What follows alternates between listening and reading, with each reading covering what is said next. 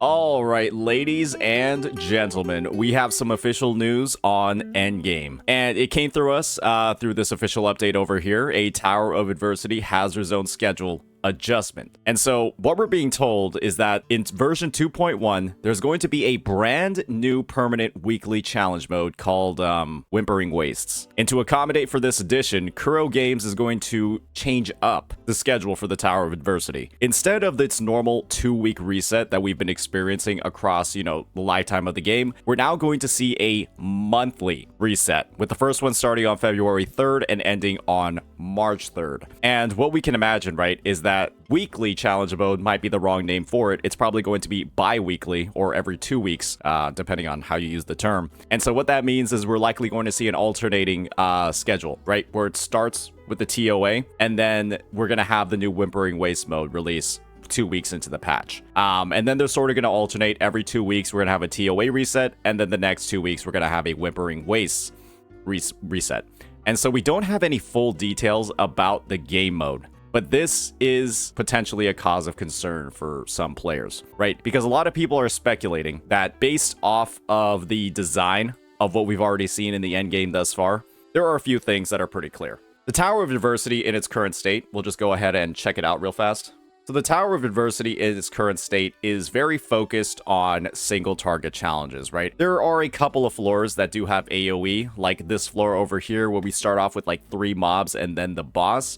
But what's consistent across every single TOA encounter is that there is not really a lot of mobs in the first place, and then it ends with a single target boss. And what this means is that across this game mode, right, single target focused characters that do big nukes, ones like Carlotta or Jinsei, these are kind of like the priorities for this type of content. And it's pretty fair to say that, certain AoE focused characters, let's just put a couple on the list. We have Jian, we also have Rosia. These ones in part, and let's just go ahead and put Yinlin in as well. These particular characters don't see as much use, don't see as much popularity in this type of content relatively, simply due to the fact that A, their single target damage, especially when compared to other members of the roster, and especially at normal levels of play, aren't really at the same level, right, as characters that we might be seeing over here. This is what I like to call sort of like the trifecta when it comes to single target damage. And so a lot of people are speculating, right, that this new Whimpering Waste game mode might be inspired by this content. Pincer Maneuver Warriors, where there's a very big focus, right, on having a lot of AoE. It's going to be really important for you to have certain characters on your team that are able to inflict AoE damage, because there's multiple waves of enemies. I mean, you literally have an endless mode over here where they just spawn continually until the timer runs out. And in a lot of ways, this isn't really the best type of endgame content possible. It can get a little bit repetitive. It can get a little bit boring. I personally don't find it that interesting in the first place. And, that being on a bi-weekly reset, that happening every 2 weeks, and that being something that you sort of have to do if you want to gain as much astrite as possible, that could be something that a lot of players aren't particularly happy with. The other note on that is that the Tower of Adversity, right, it's only going to have a reset every month.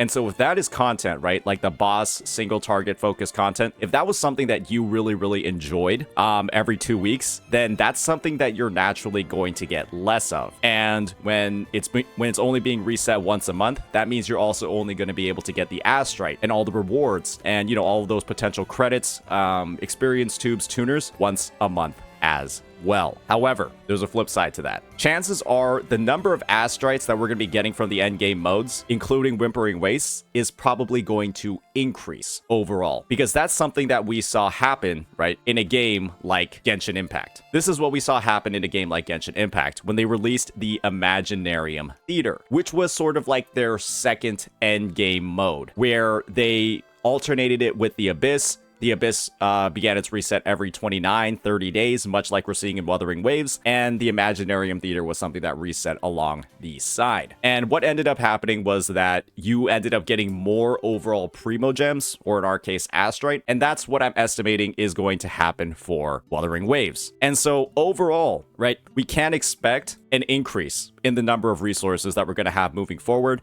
and that's going to include things like the credits, the resonance potions, the tubes, the tuners, all of that good stuff. And so based off of the fact that we have no details, we can really only speculate right now. I'm just hoping it's not like the Imaginarium Theater in Genshin Impact, because a lot of people don't really like that game mode.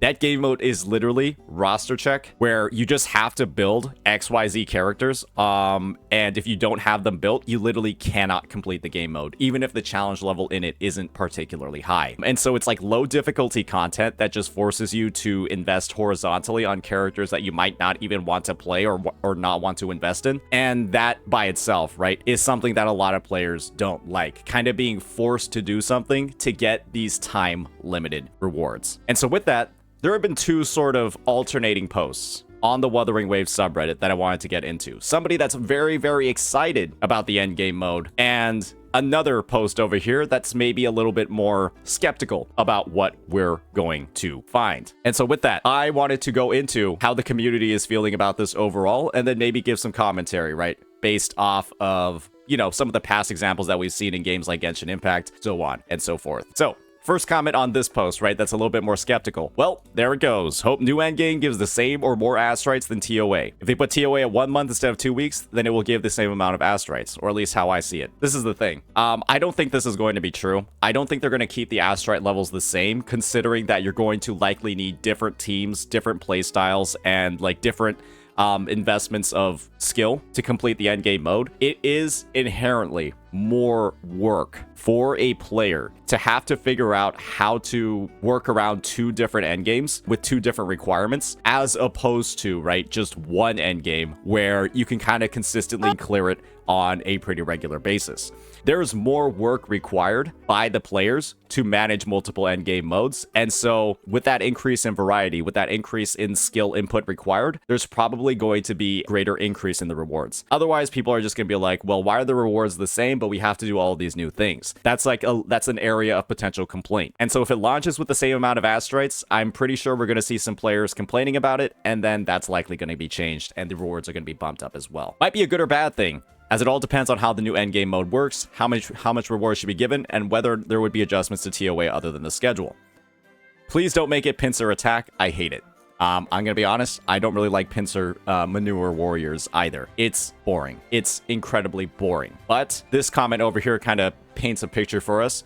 Rosia would absolutely dominate, right? And there is, I think, a bit of a need for this character to really shine in the endgame mode. Really a need, at least slightly meta-wise, for her to have more purpose on your roster, right? Because right now, she's kind of like the dedicated overworld farmer, and she, you know, in a lot of ways, right, that's kind of like her niche. That's her specialty, because a lot of people can just pull Sanhua, or just use Sanhua and get very, very similar results to her at the end of the day. That name is something. Whimpering? Yeah, Whimpering Waste is a weird fucking name. So this overall, some people are like skeptical of it. Some people are a little bit scared. Let's go ahead and take a look at the other side, right? People that are a bit more excited, and naturally it has more upvotes. I think that you can just tell from the general vibe of the community, they are looking for more engaging endgame content beyond just the tower.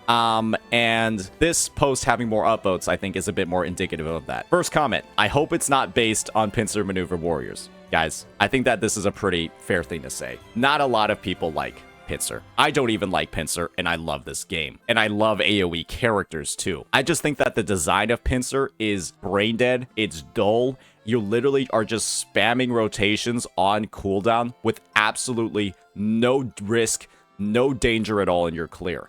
I have not seen a single person actually ever get close to wiping out or their characters being knocked out in pincer, because the mobs don't do any damage. There's no incentive to dodge. You're literally spawn killing them sometimes because they just get staggered on the first hit, and it's just go, go, go, just attack, attack, attack, rotate, rotate, rotate until you clear. And it's not particularly engaging gameplay. I would say that pincer is an actual DPS gear check. Some people say the TOA is a DPS or gear check. I would say pincer is the biggest DPS or gear check in the game, because you literally don't get hit by the enemies. There's almost no opportunities to dodge because they don't attack that often because they're getting stun locked, and it's just not particularly engaging. Whimpering Waste would have preferred if they didn't cut down on TOA's runtime, but a new endgame mode to spice things up definitely isn't bad. TOA cut down is only stated for 2.1, so that means it could return to the old 2 weeks after 2.1. That's potentially a thought as well. There's a chance that Kuro is simply testing the waters and making an extended runtime of the TOA just to incorporate, more of that regular schedule in for players and to, give them a chance to prepare, build up for the new mode, and then maybe return to a regular schedule. But let's be honest here. I do think that whatever Genshin is doing over here is working to not overwhelm the players. And I think there's a reason why Wuthering Waves has waited so long to release a new endgame mode, because let's be honest, ladies and gentlemen, there are still people playing since day 1, playing since maybe day 20, 30, 40, 50, been playing for over 200, 100 days, and they still can't clear the TOA. And so having even more endgame modes that are like rotating, that are expiring, that are, essentially astrites that you're losing forever, disappearing into the abyss, having even more of them when they can't even clear the baseline one is a game quit angle. Let's be honest here, right? It is a game quit angle because you're repeatedly being told that you're like bad at the game. You're repeatedly being told that you don't deserve the astrite because you don't have either the gear or that you're not able to dodge correctly or do your rotations properly. And that, in a sense, right, could make people feel like they're being insulted by the game, right? And when that's the situation, when you feel like a game is putting you down and making you feel bad, well, chances are you're likely going to quit it. I think Jenna had a good idea about this. Just run both endgame modes at the same time and let people decide which one they prefer to do.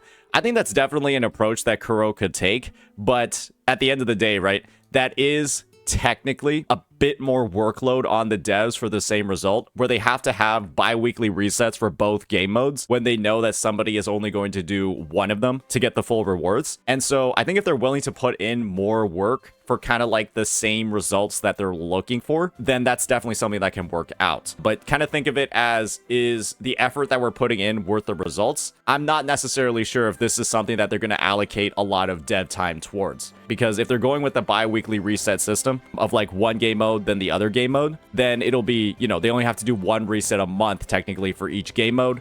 While in this situation where they're letting people run both, they're doubling the work for the same sort of like output for the players. And so when we think about it just from like a corpa company angle, I'm not necessarily sure if this is something that they're going to go towards. That's just me having the pessimistic, but honestly, I think realistic view on the situation, right? Why do more work in this scenario for like incrementally potentially less or more results? So with that, people are just now like joking about it. Some people think it's going to be PGR Warzone. Some people are skeptical about it being PGR Warzone because they think Warzone isn't really that fun. And yeah, the game was released 254 days ago. Time really does fly. So I would say overall, in conclusion, we still have to see what the details of this game mode are. All we know at this point is that the TOA is going to be on the monthly reset from this point onward. This could be things like double hologram bosses. This could be things like, Pincer Round 2, Electric Boogaloo, and just be a really AoE focused endgame, kind of like how we saw with Pure Fiction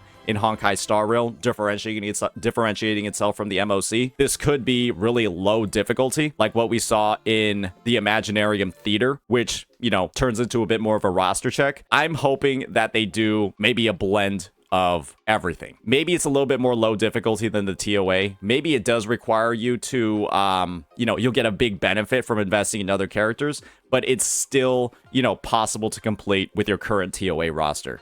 And kind of just adds more differentiation to the game instead of requiring more investment or, the pulling or just use of other characters that you might not necessarily want to use or that you don't have much interest in using. But with that, stay tuned on what the further details are going to be regarding Whimpering Wastes, and I'll be covering that as soon as all of that is out. So with that, let me know what you all think, what your big concerns are potentially moving forward, and maybe we can get a list of feedback ready to go right as the mode drops so that Kuro can potentially fix something if they screwed up. Peace out.